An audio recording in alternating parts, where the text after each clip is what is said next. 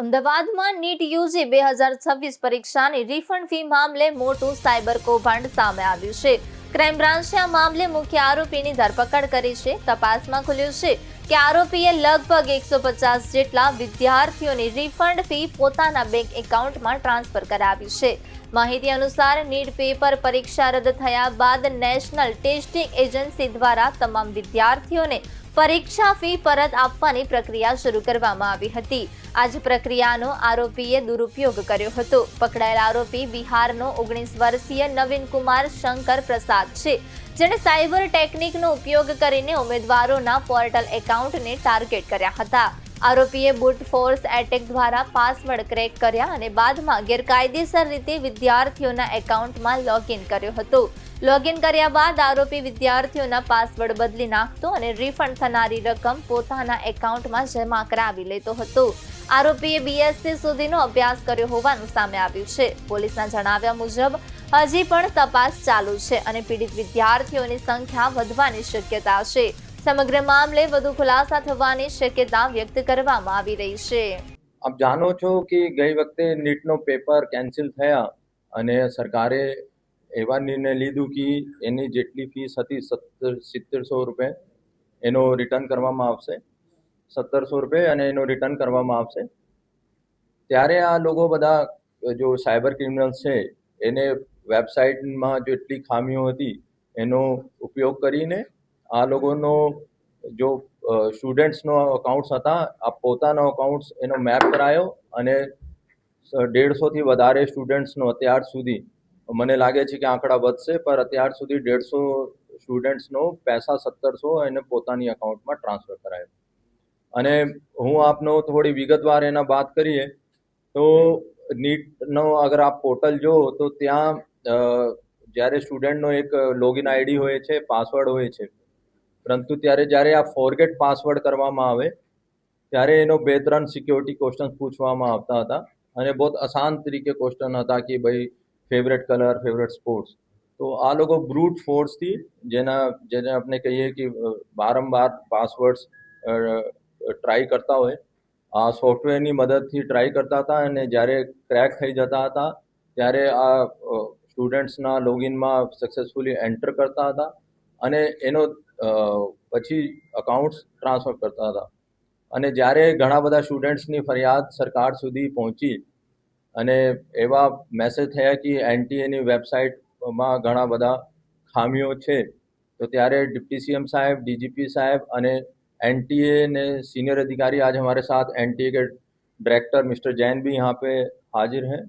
આ લોકો બધા અમે ત્યારે આ કેસ સાયબર ક્રાઇમનો સોંપવામાં આવ્યો અને સાયબર ક્રાઇમે એનો એનટીએને પાસે જેટલી બી ટેકનિકલ ડિટેલ્સ હતી કે વેબસાઇટમાં કોણ ગયા, કોને એન્ટર કર્યો એના માધ્યમથી એક આરોપી जो बिहारનો રહેવાસી છે नवीन कुमार शंकर प्रसाद यादव, उम्र वर्ष 19, बीएससी पास आउट છે, उनको गया બિહારથી પકડવામાં અમદાવાદ સાયબર ક્રાઇમનો સફળતા મળી છે. અને એના સાથે સાથે હવે 2 ફેક્ટર ઓથેન્ટિકેશન જો પહેલા વેબસાઇટ પર ના હતા હવે 2 ફેક્ટર ઓથેન્ટિકેશન આજથી એનટીએ ઇમ્પ્લિમેન્ટ કરે છે તાકે કોઈ બી ફક્ત એનો જો સિક્યોરિટી ફીચર્સમાં જો થોડી बहुत ખામી છે એનો લાભ લઈને એન્ટર નહીં કરી શકાય, લોકોનો છેતરાઈ નહીં શકાય.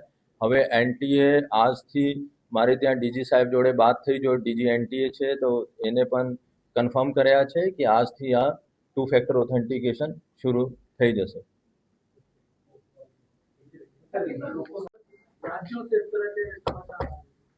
अभी मेन एनटीए की जो इमेज है उसको खराब करने की कोशिश की जा रही है सभी के द्वारा और इस इन्वेस्टिगेशन जो सर और उनकी टीम ने हमारे साथ मिलकर जो कंप्लीट किया है उससे सबसे इम्पोर्टेंट है कि इमेज जो बच्चे जितनी मेहनत से तैयारी करते हैं उनको ऐसा फील नहीं होना चाहिए कि वो उनको दोबारा चीट किया जाए.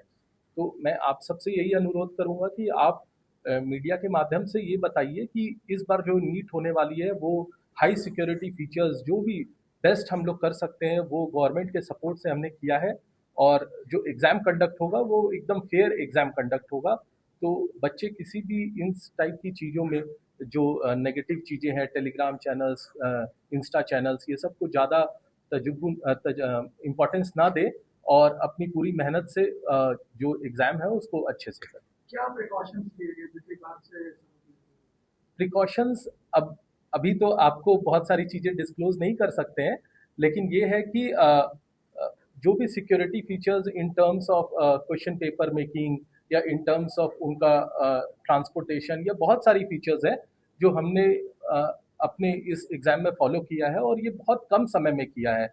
जस्ट हमें 30 टू 40 डेज मिला है। जो 6 महीने के एग्ज़ाम को आज हम 30 टू 40 डेज में करा रहे हैं, ये भी एक बहुत बड़ी अचीवमेंट है, जिसको मतलब जिसको पूरी भारत आज हमें सपोर्ट कर रही है। पूरे गवर्नमेंट, हर स्टेट गवर्नमेंट, हर सेंट्रल गवर्नमेंट के एम्प्लॉयज सभी हमें सपोर्ट कर रहे हैं। सो ताकि ये नीट सक्सेस हो, ये नीट केवल एक एग्जामिनेशन नहीं, बेसिकली ये एजुकेशन सिस्टम की इमेज के लिए है। तो मतलब आई होप कि ये अच्छे से हो जाए और आप सबका सपोर्ट चाहिए सर, इसमें। इसमें जो कंडक्ट कर रहे हैं आप, अभी जो कंडक्ट की प्रोसेस में जो लगे हुए हैं उनको आपने ट्रेनिंग देने का लिए डिसीजन लिया है, तो ऐसा एक सर्कुलर भी जारी किया है कि जो नीट की एग्जामिनेशन से जुड़े हुए जितने भी स्टाफ मेंबर्स हैं उनको आप ट्रेनिंग देंगे। हाँ, ये ट्रेनिंग तो एक रेगुलर फीचर है, ऐसा नहीं है कि ये कोई नया फीचर है।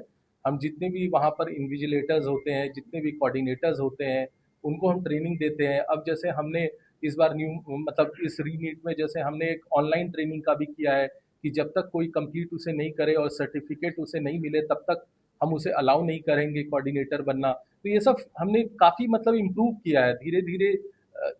मतलब हम चीज़ों को इम्प्रूव करते हैं, हम भी मतलब समाज से ही सीखते हैं और फिर उनको इम्प्रूव करके समाज को देने की कोशिश करते हैं। रिफंड प्रोसेस में जो फ्रॉड का मामला सामने आया है उसके आधार पे हमने क्या ऑथेंटिकेशन किया है, क्या सिक्योरिटी फीचर और ऐड किए हैं? हाँ, टू वे सिक्योरिटी फीचर, जो 2 स्टेप सिक्योरिटी फीचर होता है वो हमने ऐड किया है। अब मोबाइल नंबर आपका चेंज करना डिफ़िकल्ट होता है, तो ओटीपी जो मोबाइल नंबर में जाता है वो हमने किया है। आधार बेस्ड कोशिश किया है। तो जितनी ज़्यादा हम इसको क्योंकि रिफ़ंड अब ये हमारे लिए एक न्यू स्टेप था, क्योंकि हमें रिफ़ंड करना था। हमारे लिए इम्पोर्टेंट था कि हम बच्चों को जितनी जल्दी रिफ़ंड करें, उनको वो हमारा इम्पोर्टेंस था। तो हो सकता है कुछ इनिशियल कमियां हो गई होगी, लेकिन सर और उनकी टीम ने जो इन्वेस्टिगेशन किया उनसे जो हमें लर्निंग मिली और आज एक हाई सिक्योरिटी फीचर के साथ हम वो सिस्टम को चला रहे हैं। सर, अब तक देखा जाए तो जब से एग्जाम शुरू हुआ तब से लेके अब तक, वो चाहे नीट का हो या यूजीसी का हो, कॉमन यूनिवर्सिटी एंट्रेंस टेस्ट हो, सभी में कुछ ना कुछ खामियां आई हैं। तो वजह क्या रही है, कहाँ पे चूक हुई? अब तक जो होता था, जैसे कि ये मामला अभी सामने आया है रिफंड वाला, ये तो पक्का होगा अलग से। नहीं, ऐसा रिफंड का मामला नहीं है। देखिए, एग्जामिनेशन हम लोगों को देना बहुत इजी लगता है, लेकिन जो प्रोसेस है ये बहुत लॉन्ग टर्म प्रोसेस होता है। एक नीट की तैयारी में कम से कम 6 महीना जाता है। इसमें पूरे गवर्नमेंट की मशीनरीज इन्वॉल्व होती है। तो बेसिकली हर चीज़ में कुछ ना कुछ कमियां होती है। ऐसा नहीं है कि कोई भी चीज़ परफेक्ट है। कहीं कोई लूप होल्स का कोई यूज़ करता है, कभी कोई दूसरे लूप होल का यूज़ करता है। मतलब जो जिन सिस्टम से हम फाइट कर रहे हैं, जो बेसिकली जो हमारे अगेंस्ट वर्क करता है, वो आज इतने टेक्नोलॉजी का यूज़ करता है।